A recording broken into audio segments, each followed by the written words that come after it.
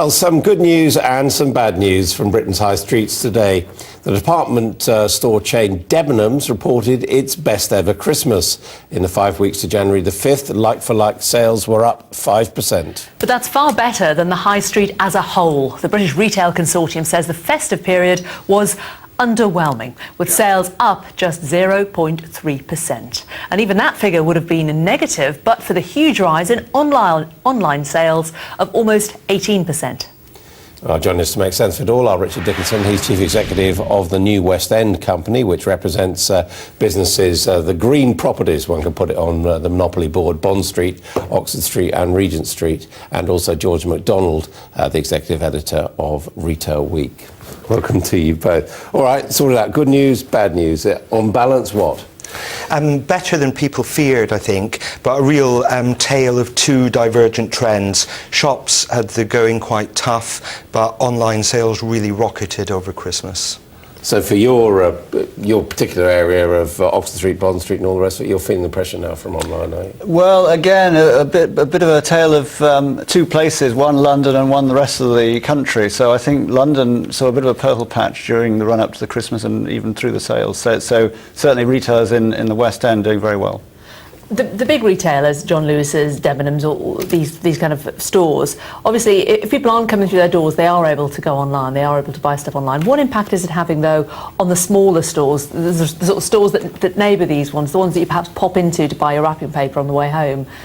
Yeah, I think, are they the ones that are really going to suffer, do you think? Well, interestingly enough, the phrase is, multi-channel, omni-channel, and if you like, the big stores have their online operations very well sorted out. And the big trend over the last sort of year or so has been more click and collect, so people buying online and then coming into stores, perhaps spending more money on other things that they might look and want to buy in store. So there's a real connection between the digital world now and the bricks and mortar stores. So even though people are buying online, you're actually still seeing the footfall on the high street. They are still coming down to the shopping centres for part of their shopping experience. Absolutely. Certainly in the West End we're seeing that, and that obviously has an effect and an advantage for the smaller stores who are perhaps not as online savvy as you say. George, is it also the case that if you want to be successful as a shop selling in person, you've got to try and make it as enjoyable and exciting as possible? That there's a lot more investment in things like Christmas lights and having choirs and shutting down Oxford Street and that kind of thing. Yeah, I think you really do have to give people a reason to visit the store. You're benefiting from footfall from things like click and collect, but the retailers that are doing well, for instance, John Lewis is very well known for its high standards of service. It sells exclusive product. Similarly, Debenhams has got lots of designers that it sells that you can only buy from Debenhams.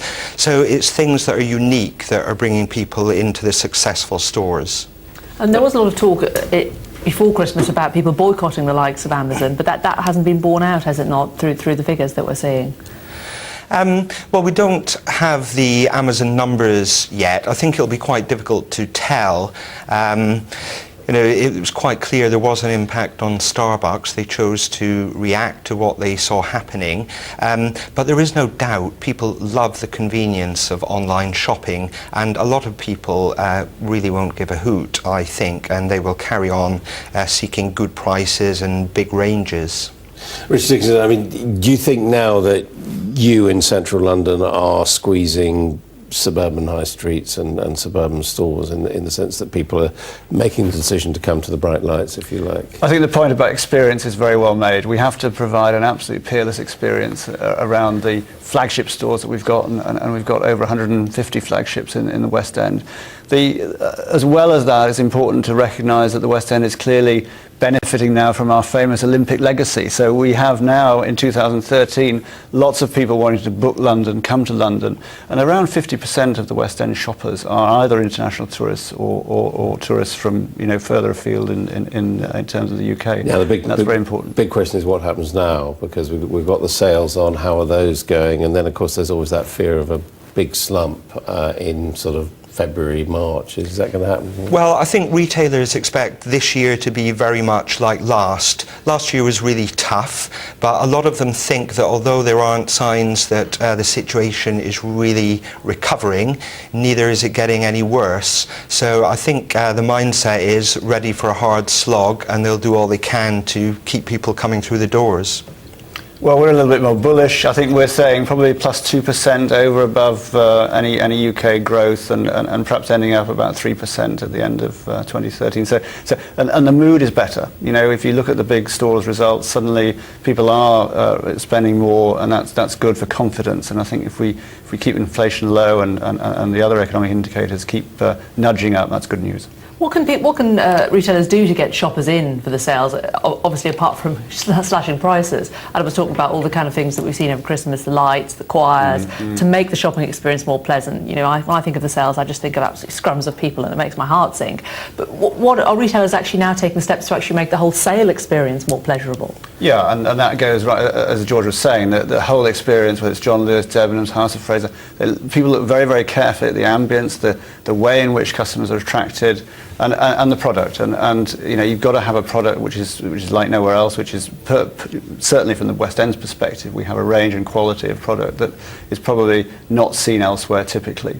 And alongside that, a great welcome in terms of transport systems that work, and all the sort of you know, those elements are very important too. Great. Thank you very much indeed.